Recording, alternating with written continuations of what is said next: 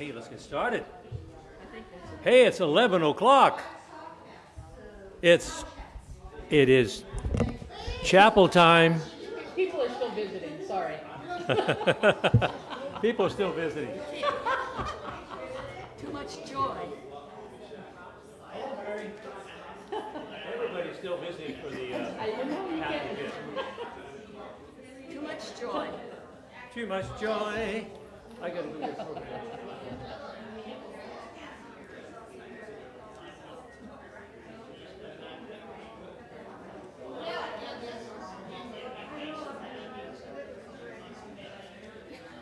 It's hard to tell the players without the order. Yeah, exactly. Okay. Oh my goodness. So. Okay, thank you. Okay. Did you want me to? I've written some names of people saying, "You want to do that? You want to do that?" Can you remember their names? Can you think people? What are we going to have?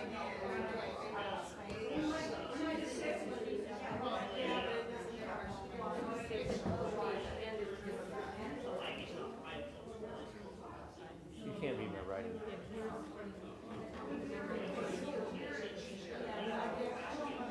Okay, that's good. Yeah, that's the thing. I was going to say, I'll probably do it. Okay, too many names to. Okay. So, do you want me to call on you or to let you speak to the results? Nope. Okay, you can just stand right where you're at. People can hear you. Okay, I'll bring that up. All right, why don't we get started, everybody? Good morning. Good morning. Oh, good morning. Summertime and the living is easy. Come on. Fish are jumping And the cotton is high. Oh, your Daddy's rich. and your mama's good looking. Slow down. So Hush, little baby, don't you cry. Why? Wasn't that in? Change keys on. Was that in tune or was that in tune? Yeah. Yeah. Magnificent. I'll be back for the encore.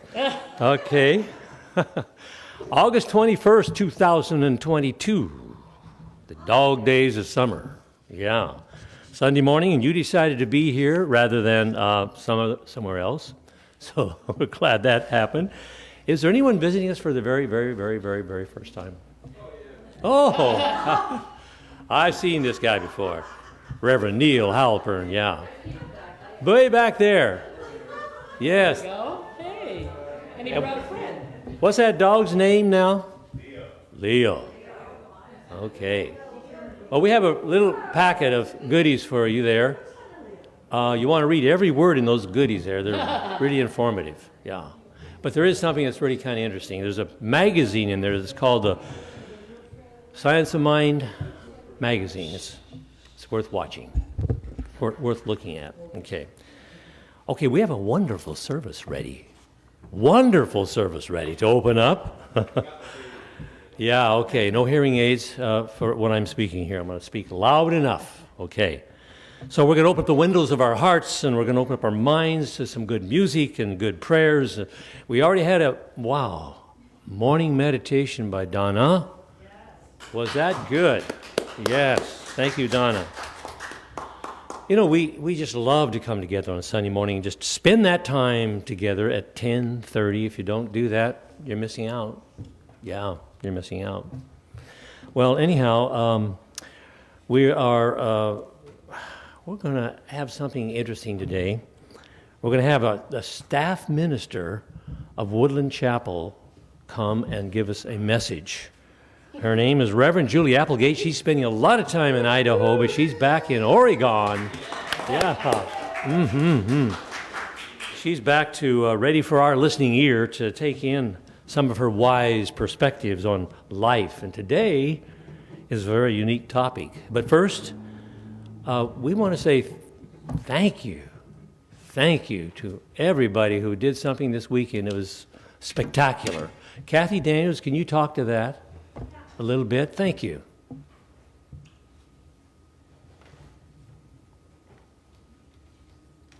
So we can go into more detail later. I don't want to name everybody's names because I don't want to leave anybody out, but you all know who were here. Many of you day after day after day, unloading and then loading up at the end of the sale. So thank you very much. I think it was definitely, if you talk to people who were here, it was definitely successful for having people having fun, working together. Let's hear it for that. Yeah. I think we got a chance to get to know each other better. So that's one of the great results, I think, out of this. And I can safely say now, with the little money that was just handed to me this morning, we made $900. Wow, hallelujah. So I was saying the last time we made 1,000 and we had very little left over the last time we did this, so we made 900 and we had quite a bit of stuff left over. But everything found a trunk and a car and a van to be distributed out into the community. And so it got all done thanks to a lot of work by a lot of people. So I would count that a success. We also made some new contacts, thus our new people here at church today. Well, so I think it was a success, and there'll be more to come. Probably maybe next Sunday we'll go into more detail. And can I give Kathy an extra super thing for spearheading Yeah. and getting it done? Yeah, let's do it. Thank you, Kathy. I have pictures to prove they were having fun. Okay, yeah. Oh, what a good time we have here at Woodland Chapel. Okay. There's another special announcement before we go into singing our great congregational song. Got a good song coming up here. Next week,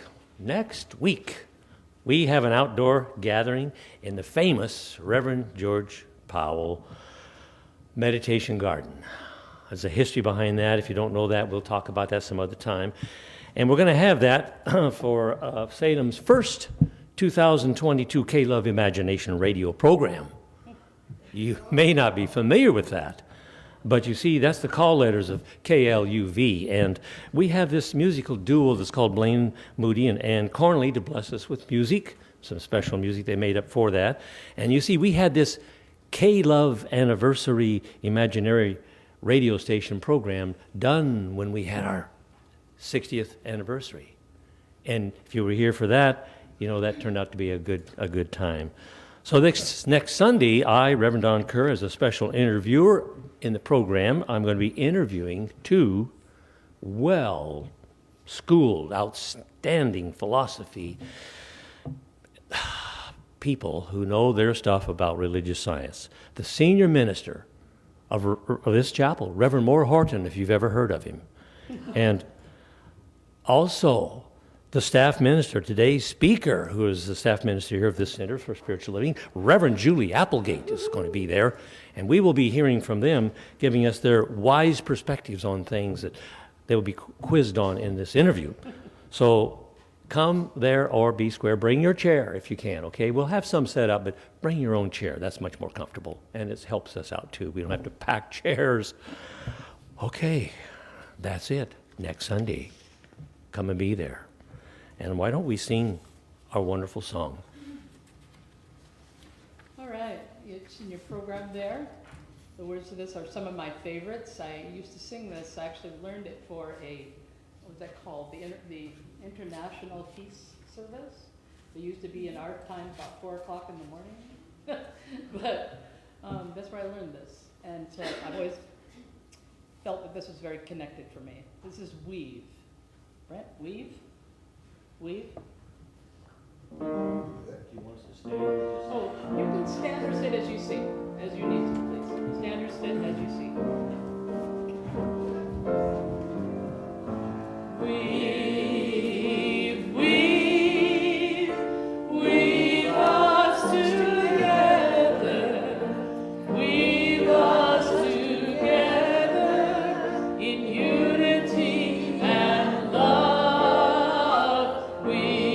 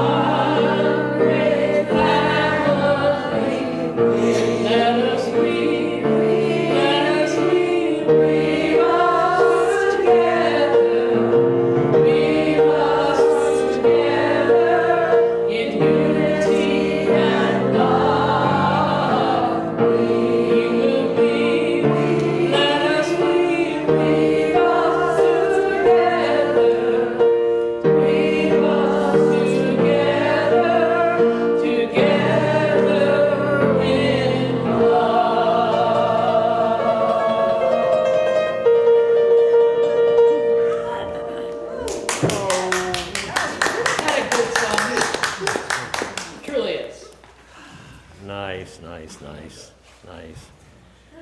Well, we like to take a moment now and we like to bring the holiness into our sacred spot here and have Reverend Ruth. She never doesn't like me to call her Reverend. We call her Practitioner Ruth. I am a reverend, but not Yes, here. I know. Thank you, Ruth. Let's come together in quiet meditation attitude.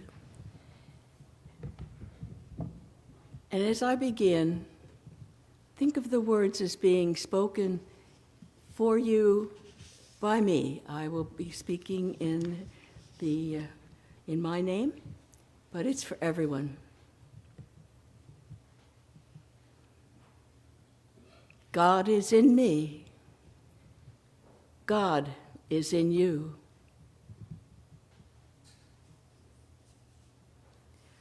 All the attributes of God are exactly what is in your heart and mine. Open your heart now. Listen to what is spoken. Listen to what is not spoken.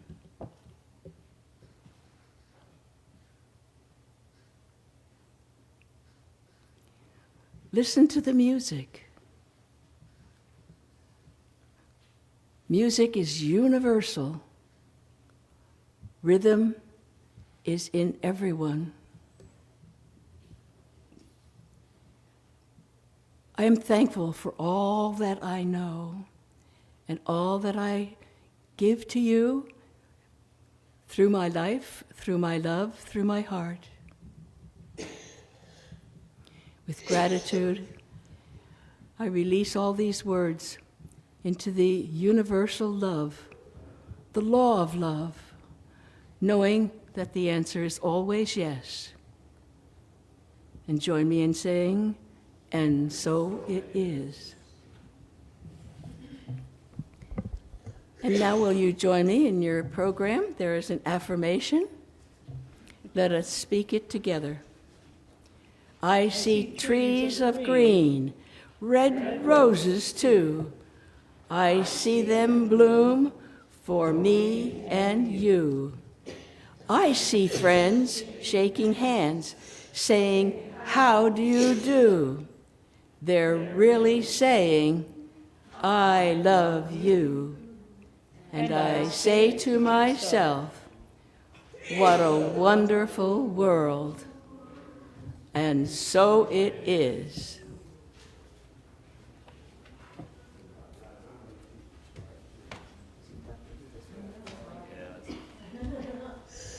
What a wonderful world. Now we, at this moment, have what we call an inspirational reading. And we have different readers do this on Sundays. And so we have Claire Fuller going to do a reading for us this morning out of the magazine called The Science of Mind magazine. Yeah. You can if you wish, sure. That'll be fine.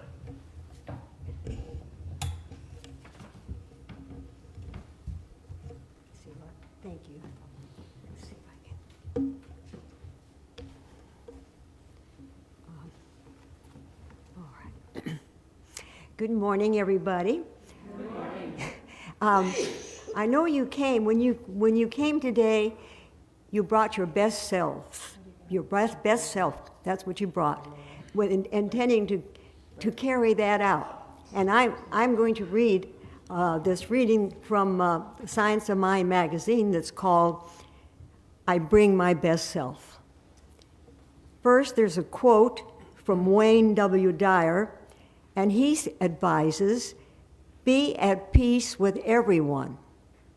No one is capable of making you upset without your consent.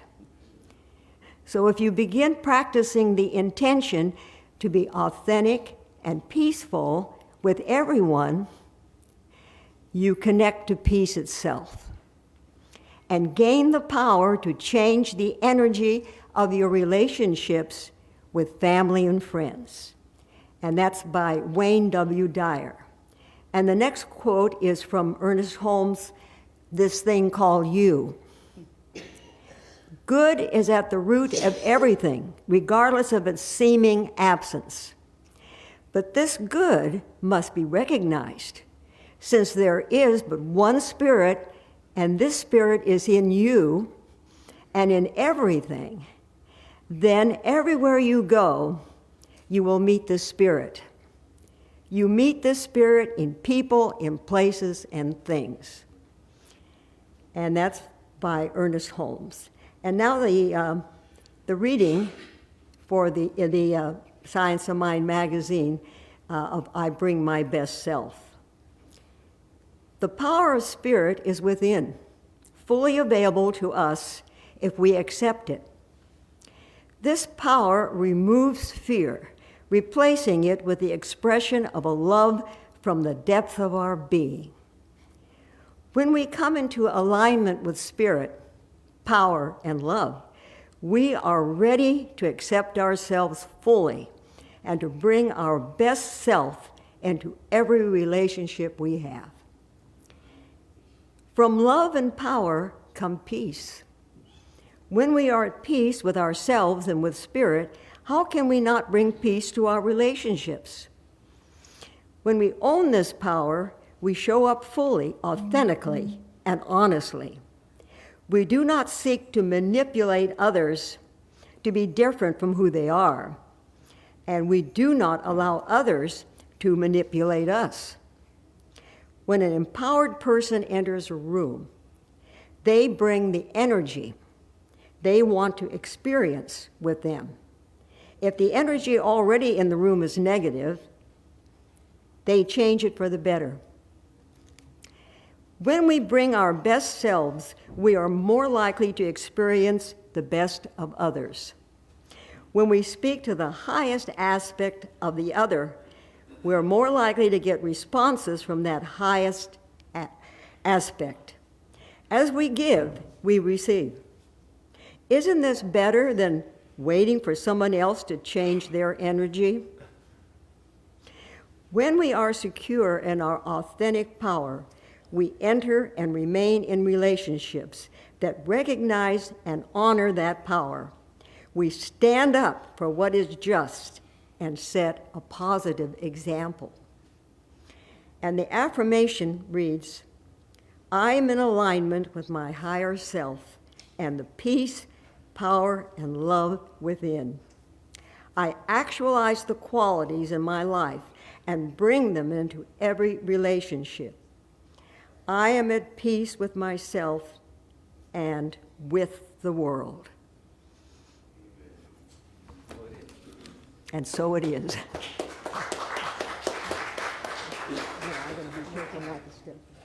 Is that mine or? I think that might be congregational Julie's. It's Julie's. Okay.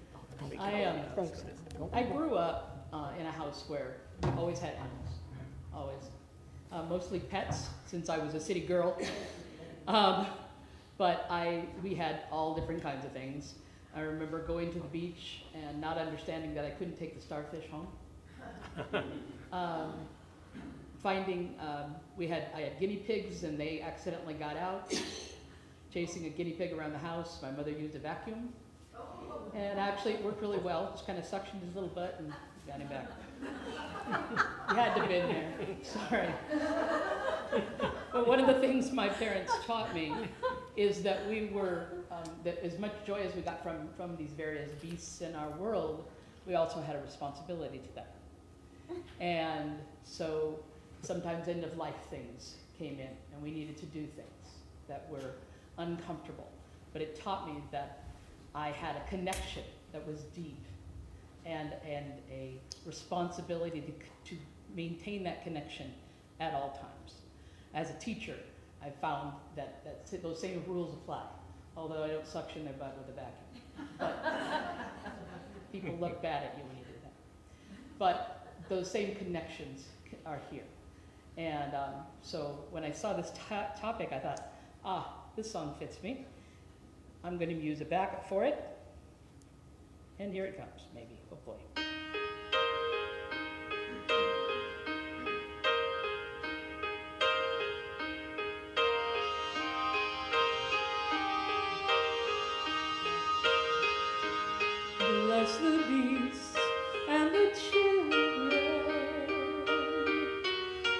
For in this world they have no voice. They have no choice. Bless the beasts and the children, for the world can never be the world they see.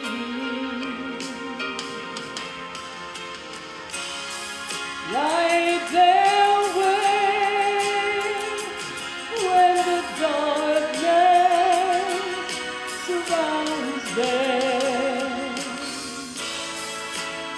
Give them love, let it shine all around them.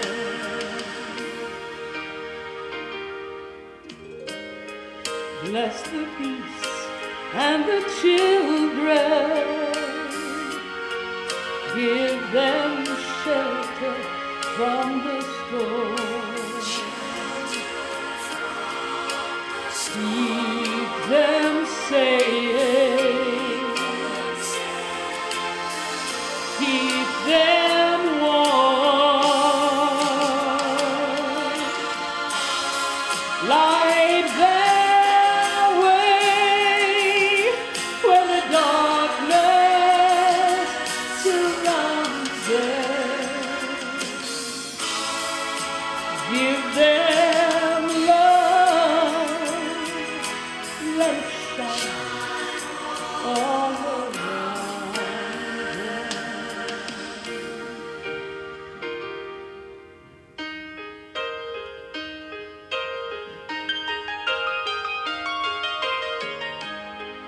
Bless the beasts and the children, give them shelter from a storm. Keep them safe, keep them warm. Bless the beasts and the children. Bless the beasts and the children. Bless the beasts and the children. Bless the beasts and the children.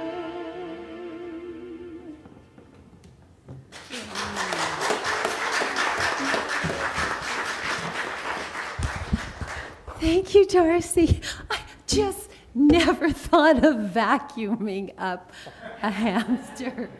Look, the little button, we couldn't get him. We tried, he got underneath stuff. He was like, so Mom finally got the little vacuum and went, Ours went down and in. put him back in the cage. He Ours didn't get went. hurt. No hamsters were harmed, or no guinea pigs, excuse me, were harmed in this story. Okay, that's it.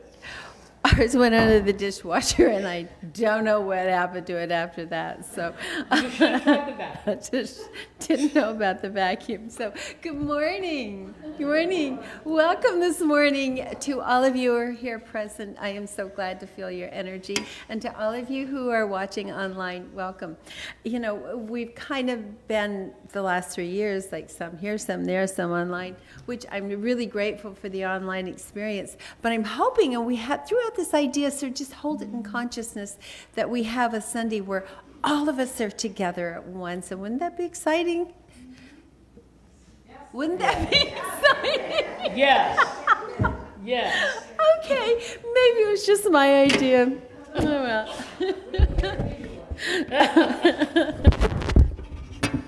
that hates me. So this month we're talking about nature. And wow, I loved that reading. Thank you, Claire. I just love that reading. I was thinking as I was sitting there, oh my gosh, we got to do a talk on this. That was powerful. And ironically, this morning, I live, for those of you who don't know, I live like up in Happy Valley, which is kind of like outside Portland.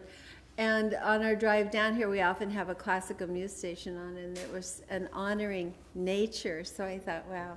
So here we are today, and welcome to our furry friends. You didn't know maybe that today was your day, that we're talking about the furry, the slimy, the fuzzy, the scaly, and everyone else. That is just a bit of a mouthful and kind of an odd topic, I thought at first. And then I got to looking at it more deeply, and I thought, this is really profound. This topic is really profound. And I realized that in evolutionary of consciousness, it really had a place. And when you were talking about the animals and things in the, we go to Idaho every summer, and it's where I've been for the last couple months, or a month, or however long that was. And generally, we bring back some animal. I know Paul is rolling his eyes, but it's either a found kitten or, in one case, a dog. And there was a horse there one time, and I just didn't have a way to get it home, or I'm sure the horse would have come home with us too. But so I really understand this relationship to other animals, to other parts of creation, and our responsibility to them, and I just loved that piece. So one of the amazing things about Ernest Holmes, our founder, who founded this teaching, Science of Mind, and that is now where Centers for Spiritual Living, is that he, in his wisdom, says, like, stay open at the top, which if you've ever studied leaders in different traditions, staying open at the top is not always the way that it's done. It's like, final word, close, we got it. But I love this staying open at the top, because, surprise, surprise, we don't actually know everything, you guys. So what Ernest Holmes taught us were these principles of living. But you know, principles are unchanging. They're unchanging. But how we understand those principles and how we make use of them does change. You know, a principle of mathematics is what it is. What 2 + 2 is 4, and even though we get 5, it doesn't change that it's 2 + 2 = 4. But as time has gone on throughout history, the understanding of mathematics, which I am not pretending that I understand, has expanded and expanded, and the use of it has expanded. But there are underlying principles. And so while we have these principles that guide us, how we understand them does evolve. And in my years as a student of New Thought, I've seen many what I call in leaps of consciousness, that there will be a slight light that opens like a crack in the door, and pretty soon the whole door opens and we have a whole new experience of something. And when I was taking biology in college, one of the things that you would not have heard, and it would have been anathema, was that the mind affects our body, it affects our health. We studied it purely as different organs, and they all had their way, and the mind was completely separate. It could ruin a career even saying that. And many of you remember the word meditation.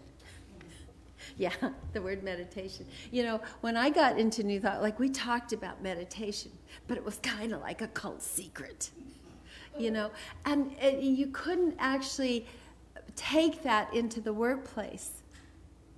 And I don't want to give away my age, but you couldn't. And so, any of you ever read Herbert Benson's work? He came up with this idea. Well, he started this Mind-Body Institute at Massachusetts General Hospital in Boston. And his seminal work, he talked about the relation response.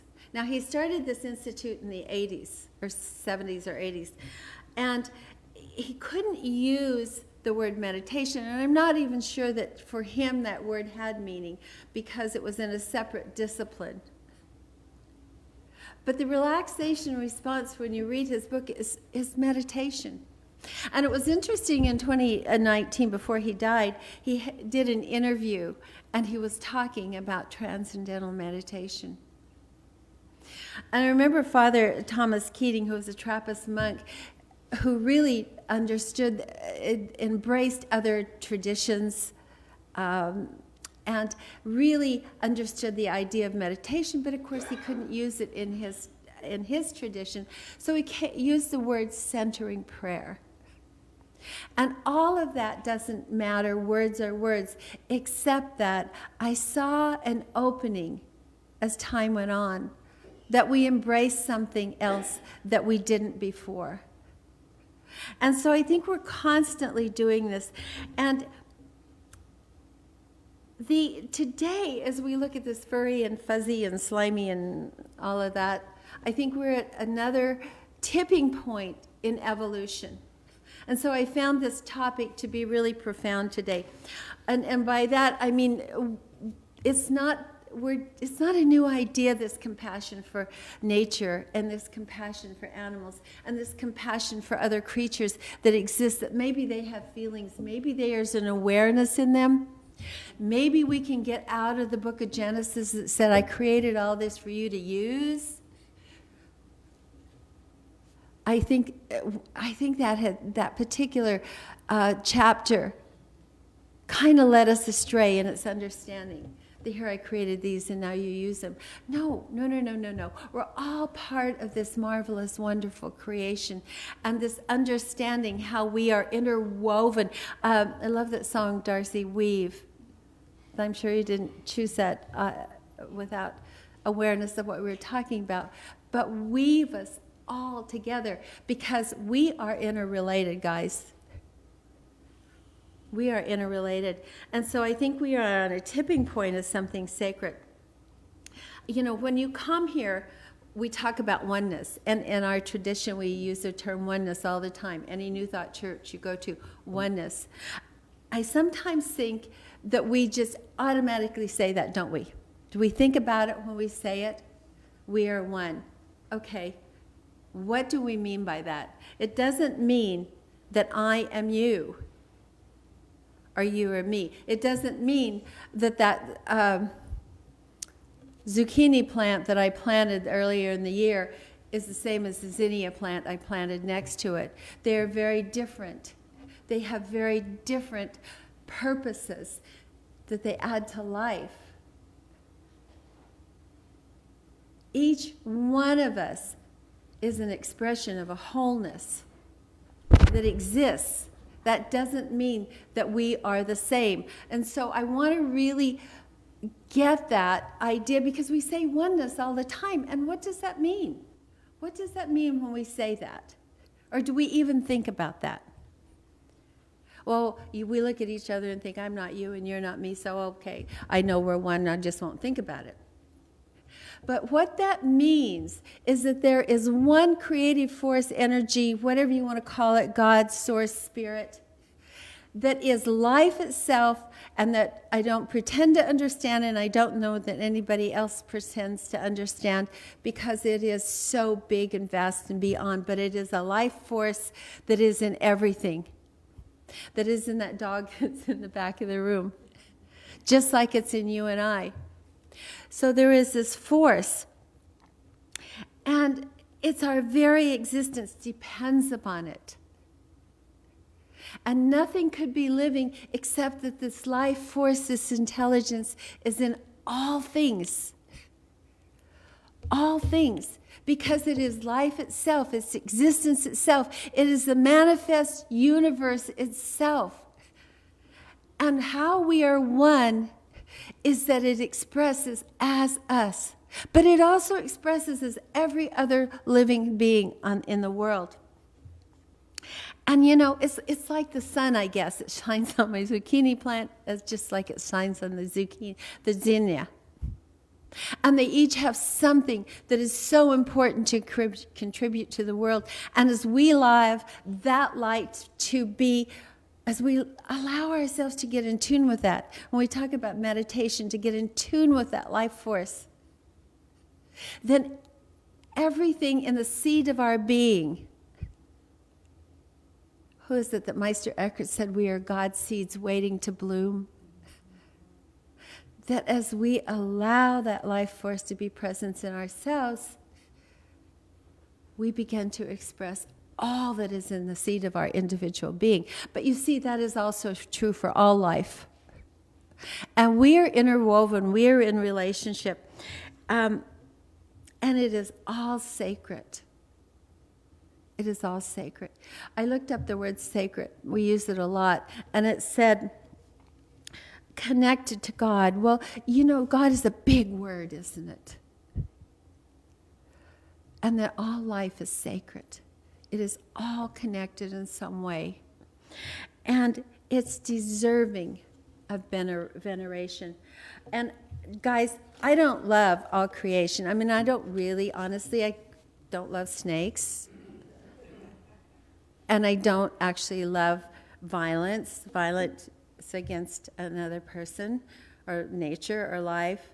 So we don't have to like it to know that it's of value. We don't even have to understand to know. We just have to know that we all come from that one life source and all is sacred. And so in this infinite existence of all beings, the place I go in Idaho is not too far from West Yellowstone. So we go there a lot, which I get, the one part of West Yellowstone that I really like and I don't get tired of is Hayden Valley, where all the bison are. And I love those magnificent creatures. And have you ever been there in that valley where there's hundreds of them? Have any of you actually been up there? Yeah. And so they come in great herds, and depending on the time of year, you'll see, I don't know, I was going to look this up to see if they come in families, but it seems like there's always a bull and a cow and a calf or something, but they're so magnificent, and they come down the road and you're parked there, and they walk right by you. And if you roll down your window, you could touch it. But don't. Exactly. I mean, because they don't want to be our friend. But that doesn't... See, don't we sometimes think, well, if they don't love us, then what value are they? Does anybody ever hear that? You know, I mean, that magnificent animal. I mean, I'm so into buffalo, but I like to watch them walk by. So a brother-in-law of a cousin actually did roll down the window and petted this bull as he went by. And you know what he did? He turned around and he kicked the tar out of their door panel. So that's true. That's true. So, but does that make him bad because he kicked the car? No, I mean, nature has its way and we should respect it. But you know, and I look at those magnificent animals and I think there were millions of them who roamed the prairie. And there's not millions left anymore, you know. They were slaughtered, not for food, but for the pleasure of slaughtering them.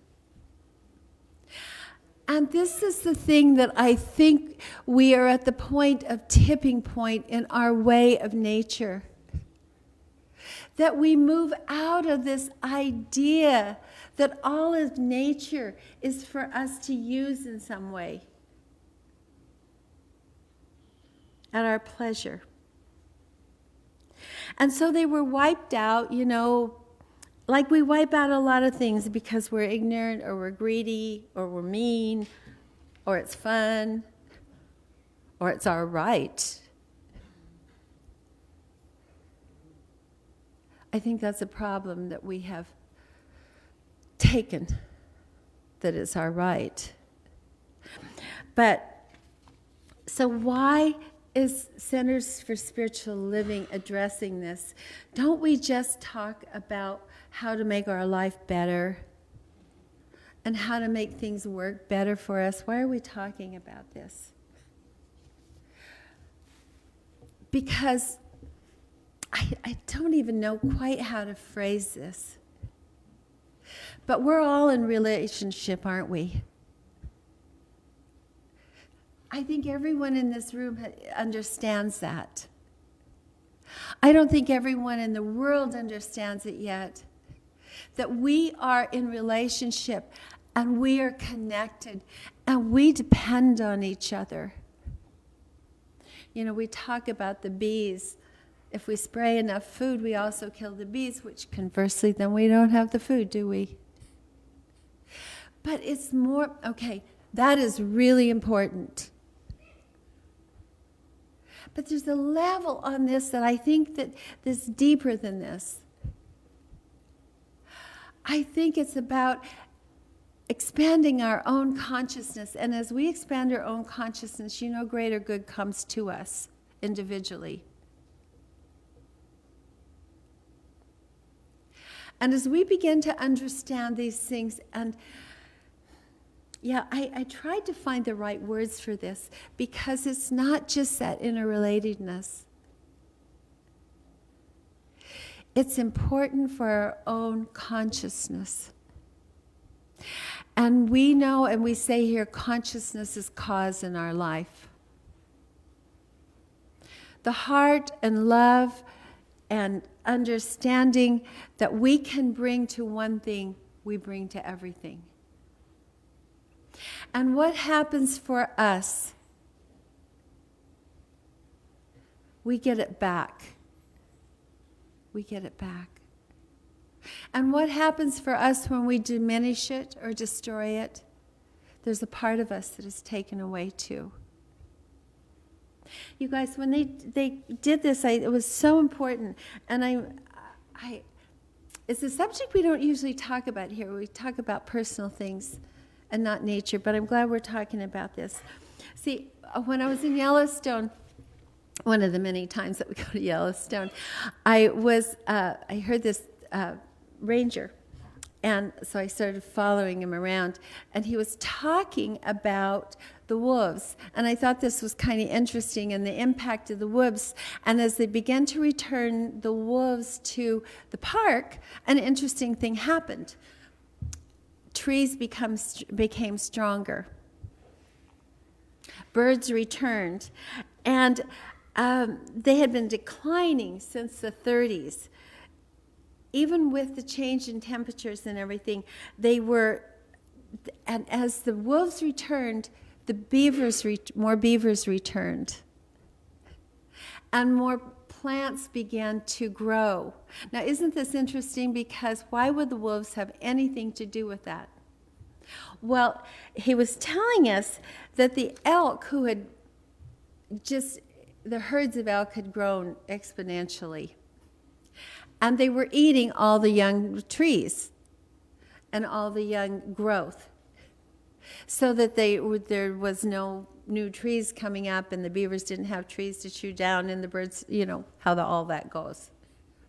So they brought in the wolves, and they nature thinned out the elks, and everything else began to revive. Because when we mess with it, we can make a mess, can't we? And I have every sympathy. I come from a farming, ranching family. I understand why they killed the wolves. But it turns out we can't decide to control nature ourselves. That it has a life and a meaning and a purpose itself. And so waking up in spiritual awakening has to do with compassion. If we're here and we say in New Thought, we're about awakening, awaken to the truth of our being, which is divine, then we have to know that all life is divine, and as our heart begins to open in compassion, and our practices begin to show wisdom. See, the planet is awakening and we are called to rise up in consciousness. I want to tell you, I didn't know whether to talk about this because it's kind of, it's kind of a downer. So, and emotional for me. But one of the things that has put me on my life force, even though I grew up on a farm and a ranch, I didn't take to it very well. When I was a little girl, maybe 4, I remember going on, my grandparents went to watch a rabbit drive. Do you know what that is? Any of you know what a rabbit drive is? Don knows what a rabbit drive is. So when the people settled that part of the country, it was sagebrush. A lot of rivers, a lot of water, but not where you could grow anything. There was sagebrush, and what was on the sagebrush were jackrabbits. And so what people would do, see, I wasn't going to tell this because it makes me cry, but it's also the reason why I think this, for us to understand something deeper is important. So what people would do is the whole community would come out. And they would form, and this happened all over the West, they would form huge circles. And they would bring tin pans and things, and they would begin to beat those tin pans. And it would cause all these jackrabbits to come in the circle because they couldn't get out.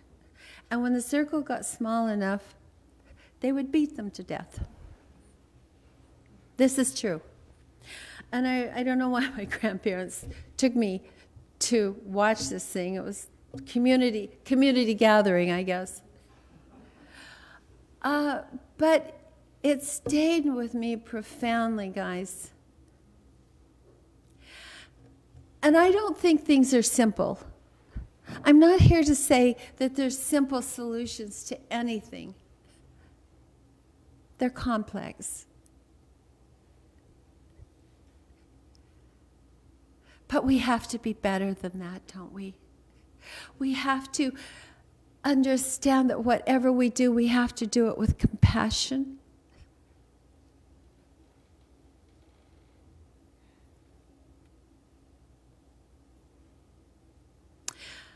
Because what if violence to another creature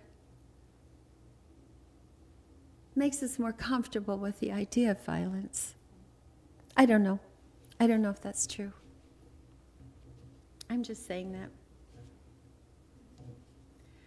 So this idea when we're talking about nature today, and this idea of being in harmony with other creatures, simply because they exist just like we exist. There's a lot of ways that cruelty exists in our world. Intentional and neglectful. And this isn't about all of us feeling guilty or something. This is about becoming more aware and open our eyes. And when we look at anybody or anything, that we look in their eyes and we see the reality. I've come a long way in this because I said I didn't care for snakes. I don't care for like big snakes and poison snakes and all of that. I mean, they have their place. But I was walking up the driveway by our house, and this little snake came crossing the path, and I looked at it, and this sounds weird, but I really felt for that snake, and I thought, wow, you've come somewhere, girl. It's possible. It's possible to expand, to understand more, and so making a difference. There's many ways to make a difference. Give love to the family pet. So the dog's like, let me sit up and listen. I like this talk. This is about me, guys. Finally. Adopt a pet from a shelter or bring one home every summer with you. I got to tell you, we brought home a cat this summer, and the cat didn't like the car. And you can't see him up front. I have scratch marks all over it. But now she's such a love.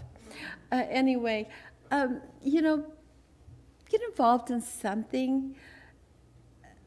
Be curious, educate yourself. I'm going to tell you one of the things that we do.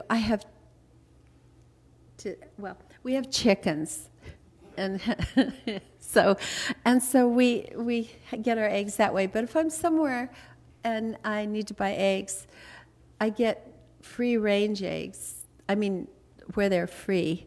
They cost more though, don't they? But you know what? Do you know how they're raised so we can have cheap eggs? It breaks your heart, especially when you have a pet chicken. Can we pay a little more for something? In our world, it's always, what can we get for lesser, That's one way. Yeah, when I was young, I used to love to go to zoos. And then there came a point where it broke my heart to go to a zoo. There's ways to make our voice heard about compassionate. Should we even have certain zoos? I don't know.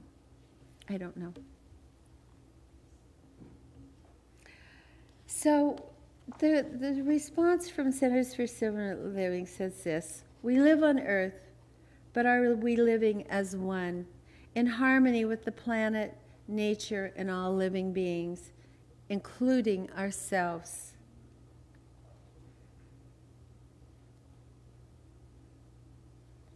And every practice that we have that holds a seed of compassion expands our own individual consciousness, guys. It really does.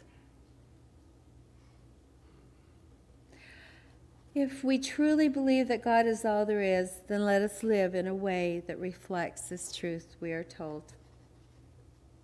Let us move from just saying words to understanding how this truth shows up in practice.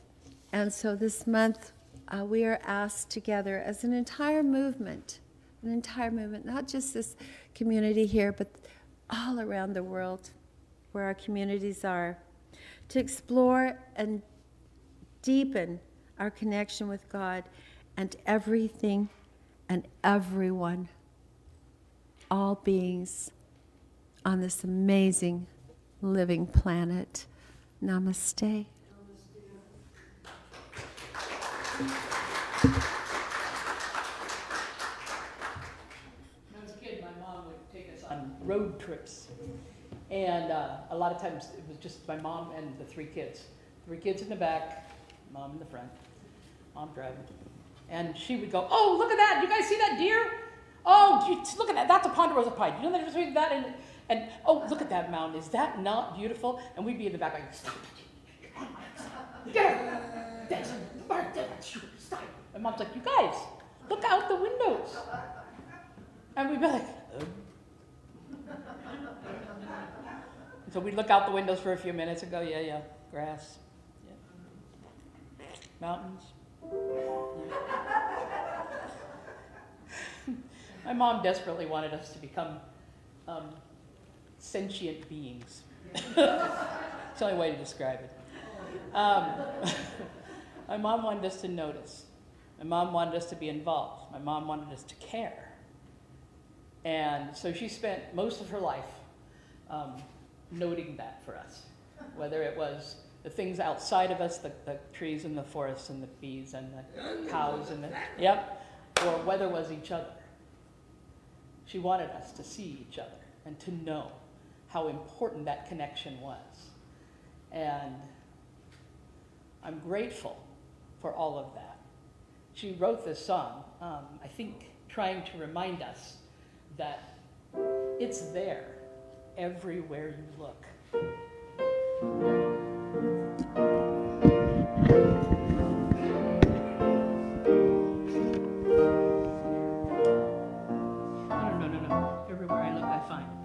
you're looking fine. Sorry, wrong way. Sorry. Arpeggios. She did a lot of songs. Same concept. Mom was an angel. She was. She still is. Thank you. Everywhere I look, I find such wondrous handiwork of thine. Every single day I see some lovely thing God's given me. My heart almost overflows at the sight of velvet rose, lacy fern, and birds that sing. Lord, you give me everything. As the early morning breeze softly stirs among the trees, comes the dawn all wrapped in gold, more than my grateful heart can hold. Silver stars throughout the night, purple shadows, pale moonlight. My thoughts turn again to thee. Lord, I feel you're spoiling me. Everywhere I look, I find beauty of the richest kind. Little joys throughout the day almost take my breath away. How very precious I must be that you should have such love for me.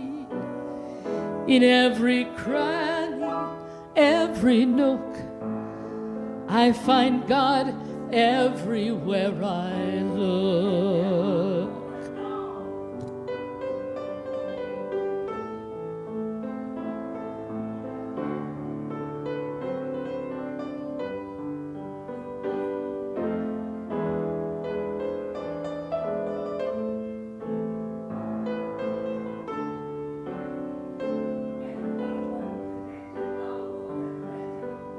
How very precious I must be that you should have such love for me. And should I doubt that you are there, I look and find God everywhere. And should I doubt that God is there, I look and find God everywhere.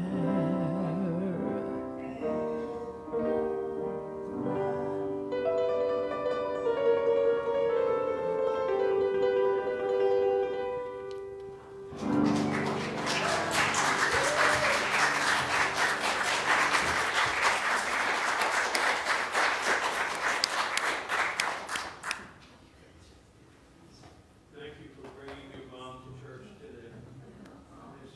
That's so nice. What a good service.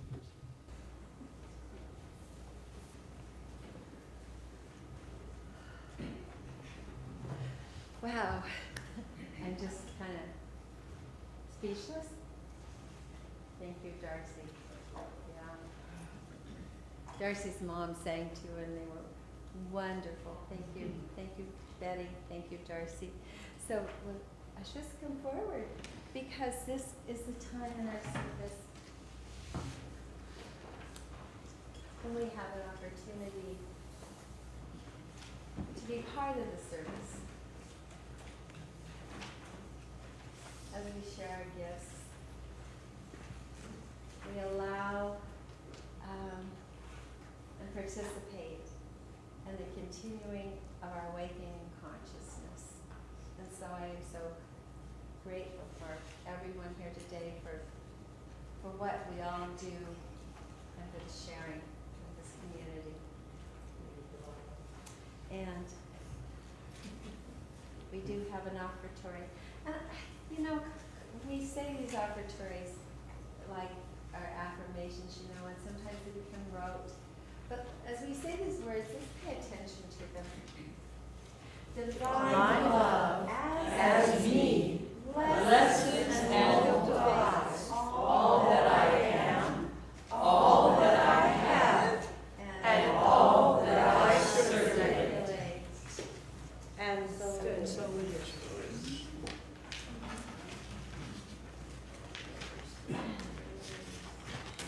All right, I know that this is one of Julie's favorite tunes. We're going to kind of play with it today. You don't need your music. You just follow along. I'll help you. Okay, he's got the whole world in his hands.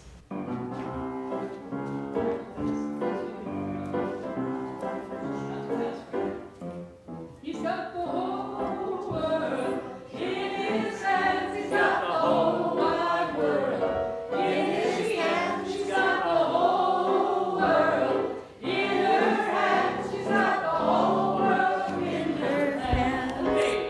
He's got the little bitty baby in his hands. She's got the little bitty baby in his hands. She's got the little bitty baby in her hands. She's got the whole world in her hands. Puppies and the kitties. She's got the puppies and the kitties in his hands. She's got the puppies and the kitties in his hands. She's got the puppies and the kitties in his hands. He's got the whole world in his hands. He's got the whole world in his hands. He's got the whole wide world in his hands. He's got the whole world in his hands. He's got the whole world in his hands. One more time, say with me. He's got the whole world in his hands. He's got the whole world in his hands. He's got the whole world in his hands. She's got the whole world in his hands. Thank you, Brent. Yeah.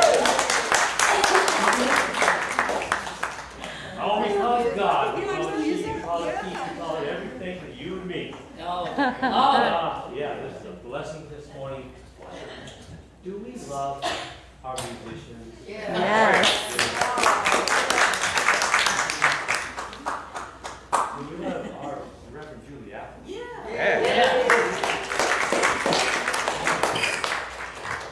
Well, we love you. Yes. Hey, we talk about this in our ministry team. We love you guys. You are our beloveds. And everything that you do and share with us and support us and what we're trying to do here in this wonderful land of free, we call the home of the brave. If you want, whatever, we call this our home right here. So thank you. Thank you. Who was it that said the greatest prayer on earth is just a simple thank you? Dag Hammarskjöld. No? Is that There you Dag go. Hammarskjöld? Okay, I'll give the credit to other people. That's good. Dag Hammarskjöld. Thank you. Blessing of all. Thank you. And let us say together our prayer of protection. The light of God surrounds us. The love of God enfolds us. The power of God protects us. The presence of God watches over us. And wherever we are, God is, and all is well.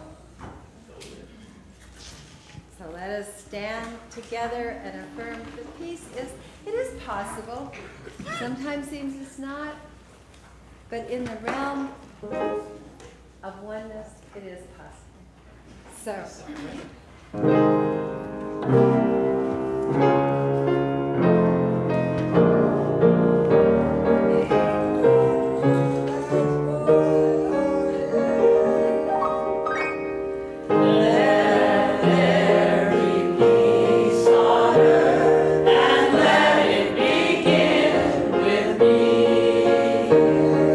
Let there be peace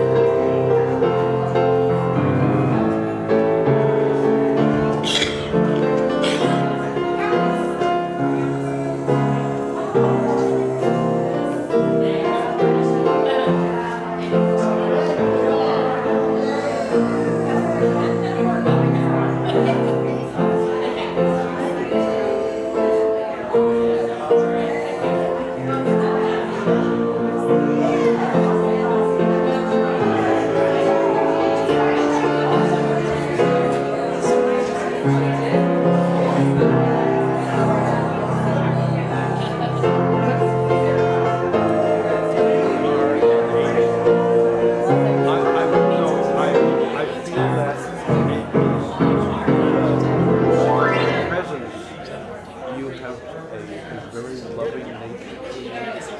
I mean, it's like when you handed me that, it just reminded me that that's what I get when I see you. You're an angel.